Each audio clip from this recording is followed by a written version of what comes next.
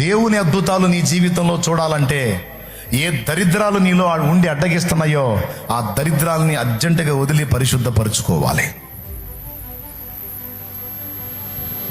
కొంతమంది ఏం చేస్తారు, అక్రమ సంబంధాలు లింకులు అంతే ఉంటాయి.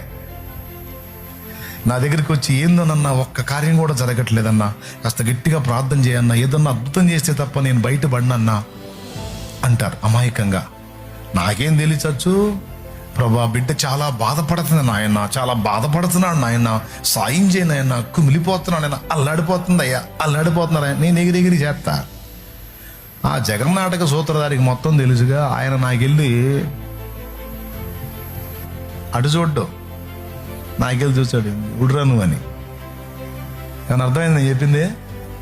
ఎటు చూస్తాడు, ఉడురా నువ్వు, అదంతా యాక్షన్ రా బాబు,